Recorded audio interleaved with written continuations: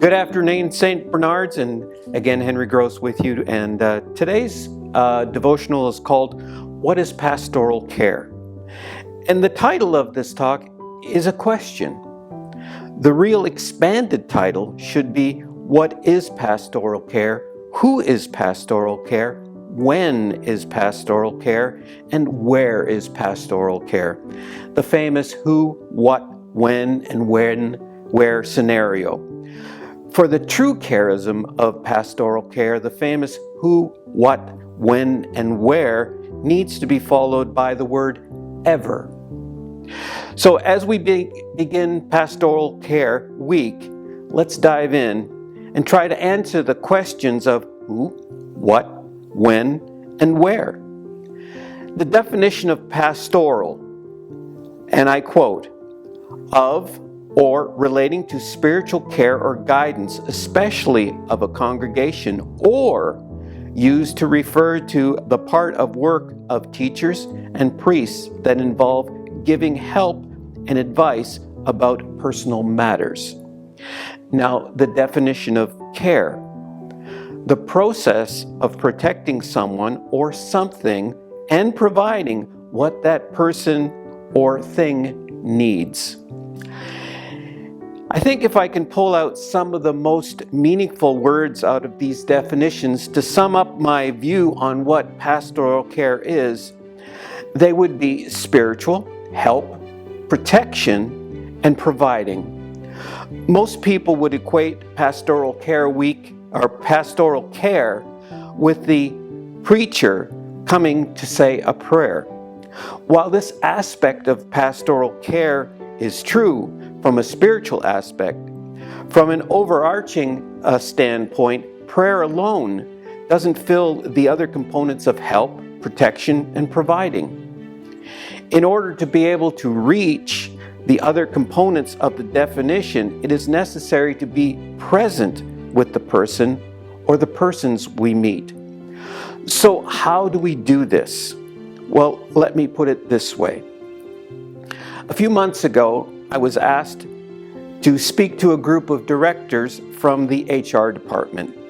And I asked them, can anyone give me a job description of a pastoral care worker?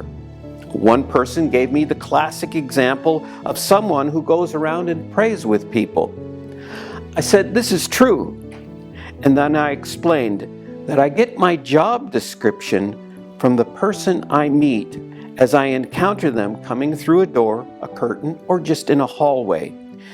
In other words, the nature of my encounter with an individual or individuals is dictated not by a predetermined routine, but the needs and wants of the individuals. Getting back to the who, what, when, and where of pastoral care, the who implies two sides: the side of needing care and the side of providing care. From the needing care standpoint, the who is whoever. The whoever we encounter, the whoever we have contact with. This contact can be as simple as a smile in a hallway, or as deep and emotional as someone crying on your shoulder after a loved one has passed. The other side of who is the caregiver. Who is that? Again, whoever. In other words, at some point in time, we are all giving pastoral care.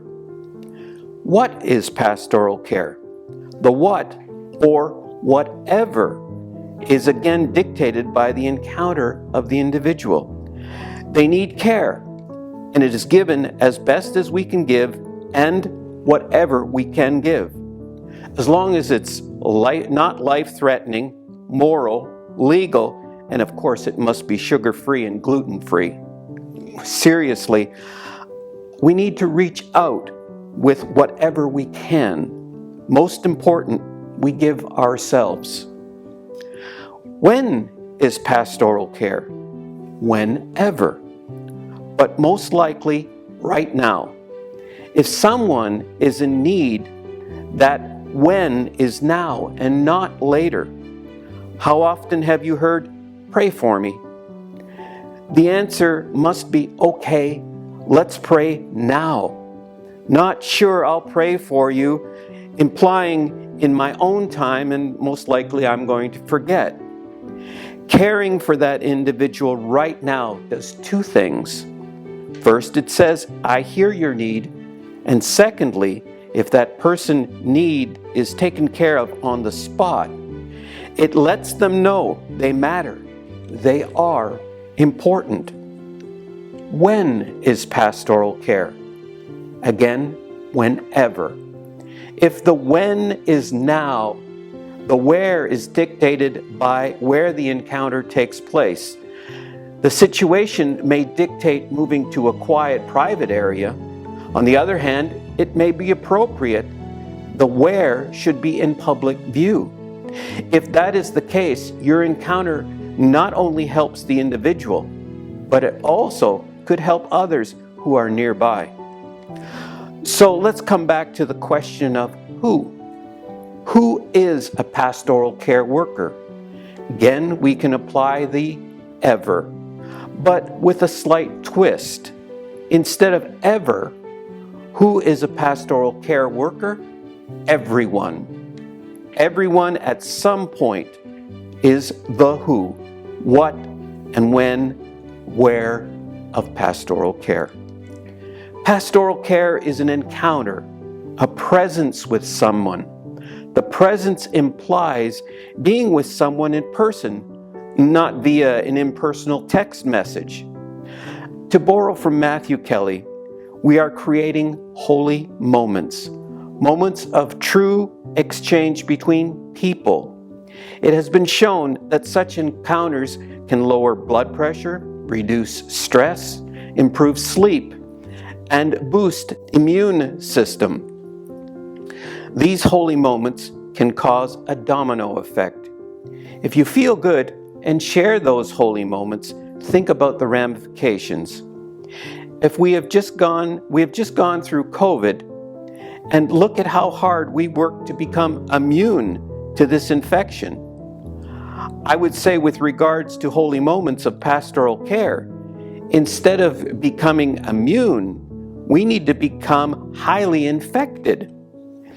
If two people had an encounter and their encounter was doubled to 4, and so on, 8, 16, 32, 64, and these encounters took place one a day, in 33 days, we would have over 8.5 billion encounters.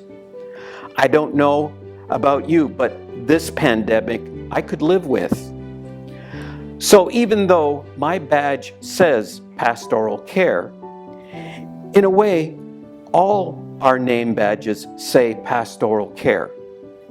I would encourage all of you to create those holy moments, those encounters with whoever, about whatever, whenever, and wherever.